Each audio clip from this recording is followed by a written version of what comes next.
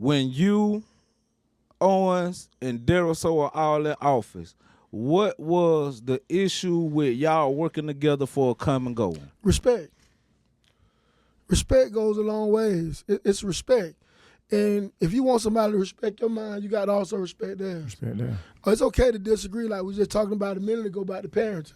One parent said it should go this way, another parent said it should go this way. They should have each other back, but at the end of the day, they both entitled to their So what opinion. you tell her, man? Like, what you mean respect? What? Give me some, because we don't know what you mean by that respect. What? So who? Respect is you don't have to saying vote. Deriso wasn't respecting you? I'm basically saying that Deriso didn't respect nobody.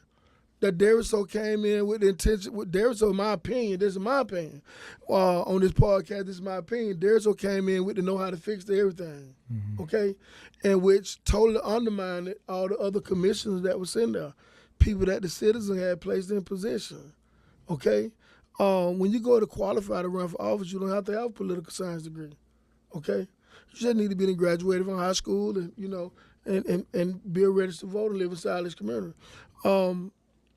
Yeah, there were some things. That I didn't agree with, and when I didn't agree with those things, that was an attack. Some of these things that I didn't agree with in the beginning had nothing to do with the public. It was all Deriso, and because I didn't agree with these things, like I didn't agree with there should be an office for the chair. I didn't agree with that, and then because you got to remember, Deriso was in office 4 years. I was there 12. Zach Wade never had an office. But he had a place of business there in Cordele, Georgia, over there at Wade Oil, Culpeper and Wade. If you need to go over there and talk to him, you go over there and you talk to him. Chairman Wiggins, all right, held that position for 4 years. Never had an office, okay? I didn't agree with a special parking spot for the chairman, okay? I didn't agree with the... what was it? There was something that he wanted to do, and he wanted to hire 4 positions. I want to say at a $500,000 budget for 4 positions, and they would only answer to him. I couldn't agree with that because if it takes 3 commissioners to vote it through, if it takes 3 commissioners to pass it, why would I pass on? Why would it take 3 commissioners for it to get passed? But after it's passed, they only have to answer to one somebody. That didn't make sense to me, you know. The city manager works for the commission, and she has to answer to all 5 of the commissioners. Okay, all 5 of the commissioners are her boss. Okay? So all these things seem, not to interrupt, but all these things seem minute to me. And I'm so glad that you said that they are minute because they were minute to me. Again, you heard me say before I gave my answer that these things that we disagreed on in the beginning had nothing to do with the people. Had absolutely nothing to do with the people. It was about self. And that's what I saw. I saw that it was about self. And when you disagree with it, the attacks came. See, and I'm going to share this with you. And I'm going to try to put it to you this way. Both of you men got wives, right? All right. Both of y'all live home with a woman, right? For sure. Okay, so you go inside of your house. You go inside of your house. I want people to understand this, and this is probably the best way I can give it to you. You go inside of your house, and you've been working all day, okay? And your wife has been home. No kids, no nothing.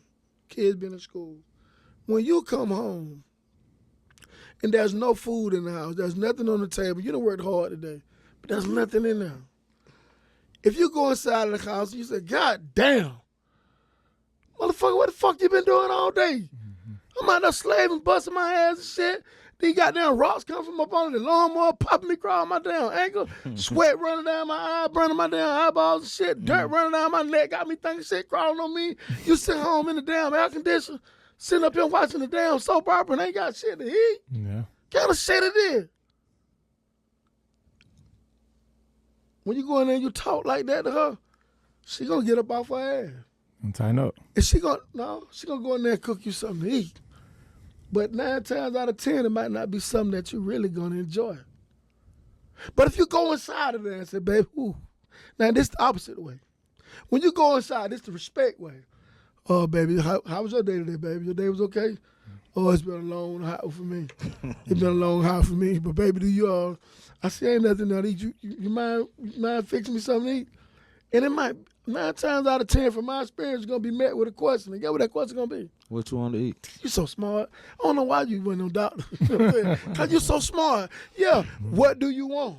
See, what do you want? It's because of the way that you went in there. It's the way that you presented.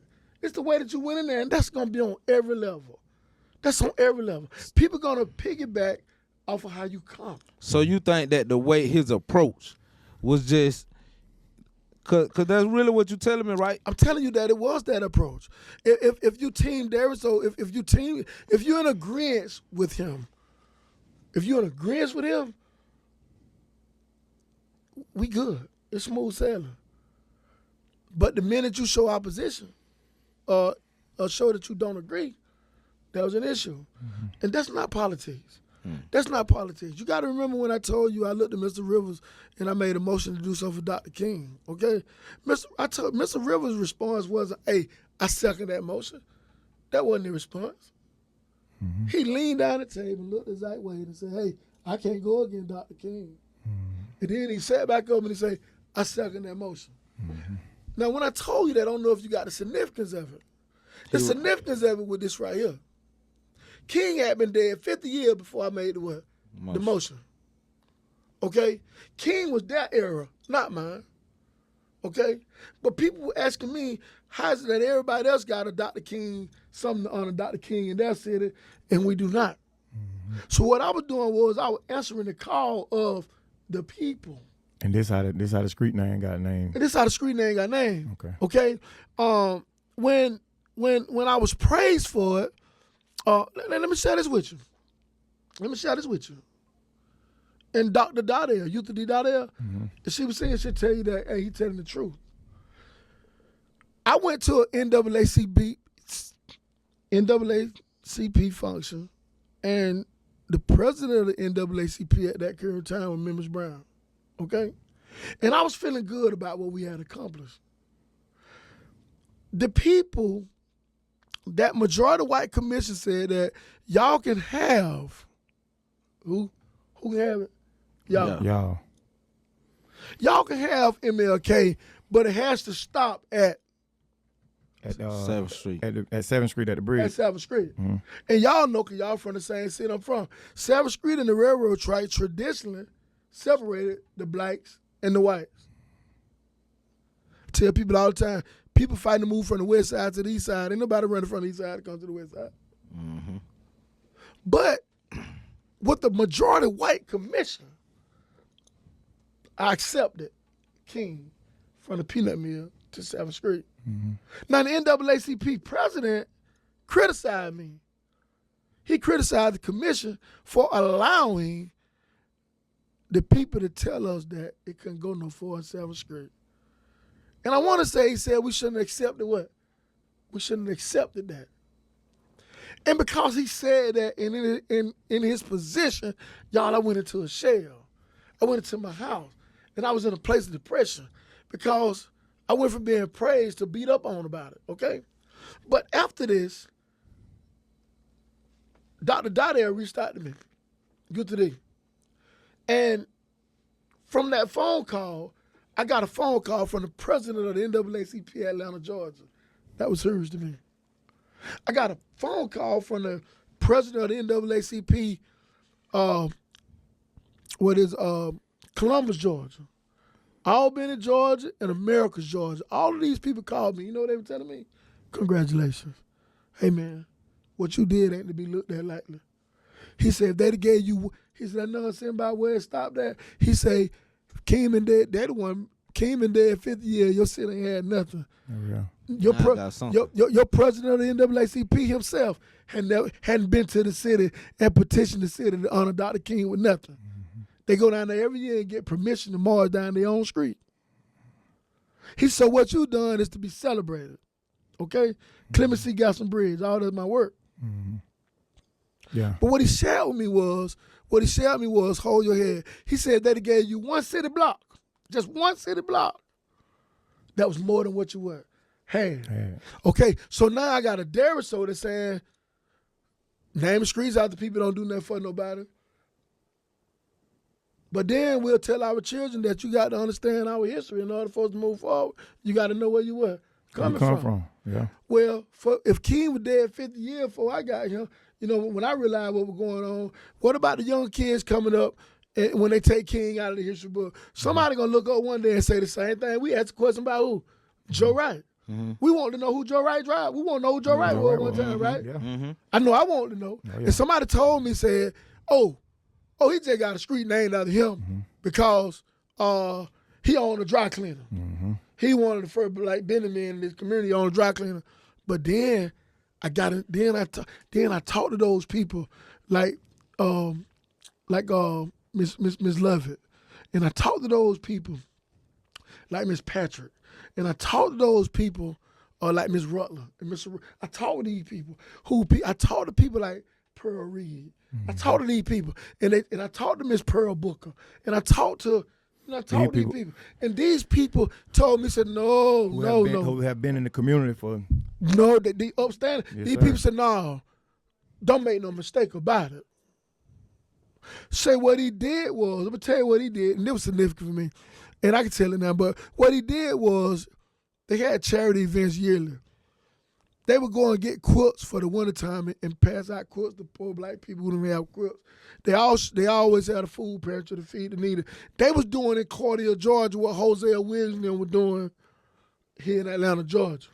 Okay? You saying Mr. Joe Wright? Mr. Joe Wright was part of that. All right. Okay? Him and Aaron Reed and others. Okay? And what I took, what I got from that was, I mean, his contribution to the civil rights movement. It wasn't. They wanted me to feel like it was only because he had a cleaner. It was just But his no, whole contribution to the community. And one of the things they told me that just stayed with me was there was a time to where the NAACP had to have so many members to exist. And you got to remember, you're talking about the 60s, right? You're talking about the 60s and the 70s, right?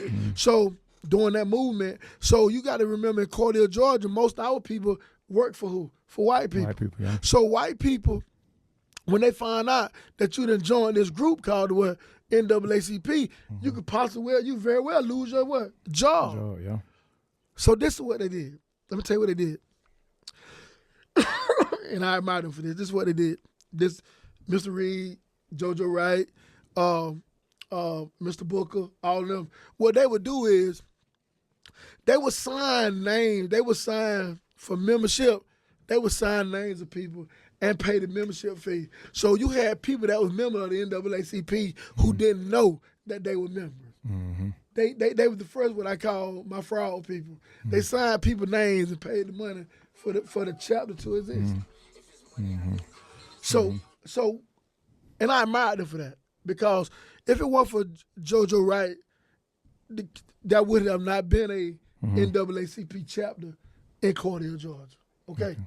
So that was so names do mean something. I got you. Clemency Gaston Bridge. It do mean something. And I want to say that, man, before we get up out of here. I know we got a little hot little minute for we, but two things. To the people that watching this, Joe Wright is a well-known street in Joe Wright Avenue. Is a well-known street in Cordele, Georgia. Joe Wright Drive. Joe Wright Drive, for the people that don't know what he's talking about. All right, to Josh, to Deriso, we just want to say, hey, man, we rock with you over here. We ain't doing no slander, you know what I'm saying? Russ just speaking the truth on that. And that's the main thing I want to touch on. But back to that's what he believe in, and believe in wholeheartedly. You gotta respect that. For sure. Like I said, somebody that's standing up for the people too. Hey man, it just like I say, we just had different opinions. Yeah, and it didn't work. But that's again, that's politics 101. That's politics 101. And on no level of government where everybody agrees. Yeah. One of the things I learned when I got into politics was if you have a commission where everyone is in agreement with each other, somebody's not being represented. Yeah. Somebody's not being represented. I want to go a little farther. I believe that now where we are now in the city government, you don't see people raising sin and fussing about what's going on in City Hall. You don't see that now. I was going to ask you that. You know, we don't see that now. You know, so What happened? People lost interest? You can be local to think over tomorrow. Yeah, yeah, yeah.